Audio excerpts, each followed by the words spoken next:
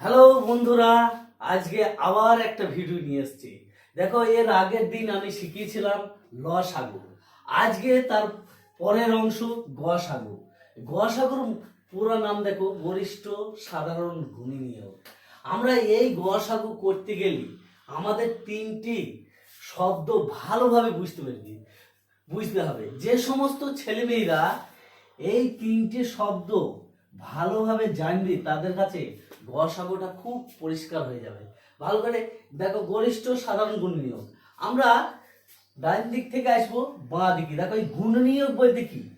এই গুণনীয়ক মানে দেখো, আমি একটা উদাহরণের মাধ্যমে বলে দিচ্ছি, তাহলে তোমার কাছে আরো পরিষ্কার হয়ে যাবে।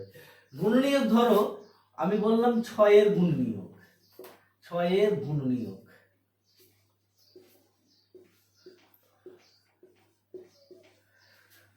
ছয়ের গুণনীয়ক মানে 1 থেকে 6 পর্যন্ত কোন কোন সংখ্যাকে এটা ভাগ করে। ধর 1 6 ভাগে মিলে যাবে। কিভাবে? দেখো, এখানে 6 আছে, আমি যদি একে 1 দিয়ে ভাগ করি, 6 1 6, তাহলে অবশিষ্ট 0 হয়েছে। তাহলে এটা এর গুণনীয়ক 1 হবে। আমি যদি এইটা কি ধরো আবার 2 দিয়ে করি, 2 দিয়ে যদি করি, 3 দুগুণে 6 মিলে যাচ্ছে, এখানে তাহলে 0 হয়েছে, তাহলে 2 হবে। আবার ধরো এইটাকে আমি 3 দিয়ে করব, 3 দুগুণে 6, এটাও মিলে যাচ্ছে, তাহলে 3টা হবে। আবার ধরো আমি এটা 4 দিয়ে করি, 4 1 4, কিন্তু এটা মিলছে না, তাহলে এটা গুণনীয়ক হবে না। আমি বলছি 1 থেকে 6, যেহেতু আমি 6-এর গুণনীয়ক নিয়েছি, আমি যদি এটা 5 দিয়ে করি, 5 দিয়ে করি, 5 1 5, এটাও বাকি থাকছে, তাহলে এটা 5টা গুণনীয়ক হবে না। আবার যদি আমি 6 দিয়ে করি,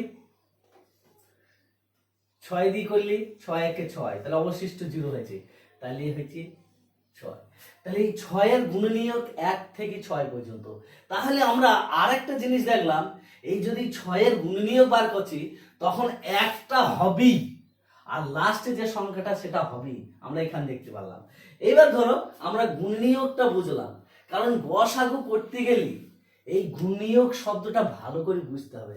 এটা হইতে পারে, দেখা গেল আমি 7-এর গুণনীয়ক করলাম, 7-এর, তাহলে 1 7 মিলবে, 1 2 দিয়ে 3 দুগুণে 6 মিলবে না, 3 দুগুণে 6 3 দিয়ে মিলবে না, 4 1 4 4 দুগুণে মিলছে না, 5 1 5 5 দিয়েও মিলছে না, 6 1 6 দিয়েও মিলছে না, 7 1 7, তাহলে এর গুণনীয়ক হচ্ছে 1 আর 7। তাহলে আমরা গুণনীয়ক শব্দটা বুঝলাম। এইবার আমরা হয়তো বললাম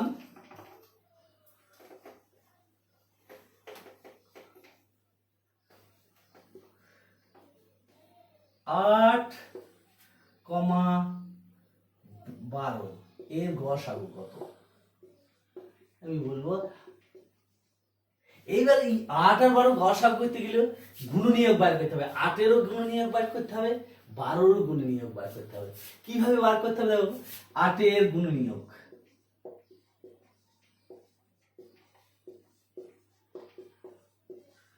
8-এর গুণনীয়ক গুলি হইল, তুমি 8-এর প্রথমে 1 দিয়ে তো যাবে, 1 2 4 দুগুণে 8, এটা 2 দিয়েও মিলে যায়, 3 দুগুণে 6 3 থেকে, এটা মিলছে না, 4 দুগুণে 8, এটা মিলছে, 5 1 5 দুগুণে 10 মিলছে, 6 1 6 দুগুণে 12 মিলছে না, 7 1 7 মিলছে না, আর 8 1 8 বলেছে। প্রত্যেক ক্ষেত্রে 1 আর সেই সংখ্যাটা হবে।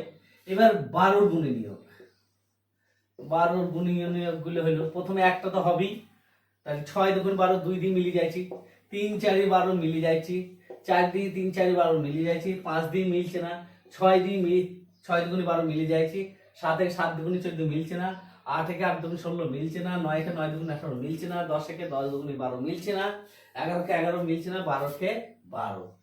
এইবার দেখো, এই দুটোর মধ্যে এবার সাধারণ ভাগবো। সাধারণ আমাদের দেখো মিল আছে, 1 1 মিল আছে, 2 2 মিল আছে। এইবার যেহেতু এই গরিষ্ঠ কথার অর্থ হচ্ছে বড়, সবচেয়ে বড় মিল কোনটা? এই অংশটার মধ্যে এই অংশটা বড়। আমাদের দেখো 1 1 আছে, এটা কিন্তু ছোট, 2 2 আছে, এখানে 4 4 আছে, কিন্তু 8 নাই। দেখো, এই দুটো হচ্ছে সবচেয়ে বড় মিল। তাহলে নিশ্চয় 8 12 এর গসাগু, গসাগু গসাগু হবে 4। এই যে নইলে গরিষ্ঠ, গরিষ্ঠ মানে বড় মিলল, সাধারণ সাধারণ মানে সব এই 4 এরও থাকবে ওরও থাকবে, আর গুণনীয়ক মানে এইগুলো আমরা তো বললাম, তাহলে সবচেয়ে এই জন্য এর গসাগু হয়েছে 4। তাহলে আমরা কিন্তু এইটা তখন এই গুণনীয়ক পদ্ধতি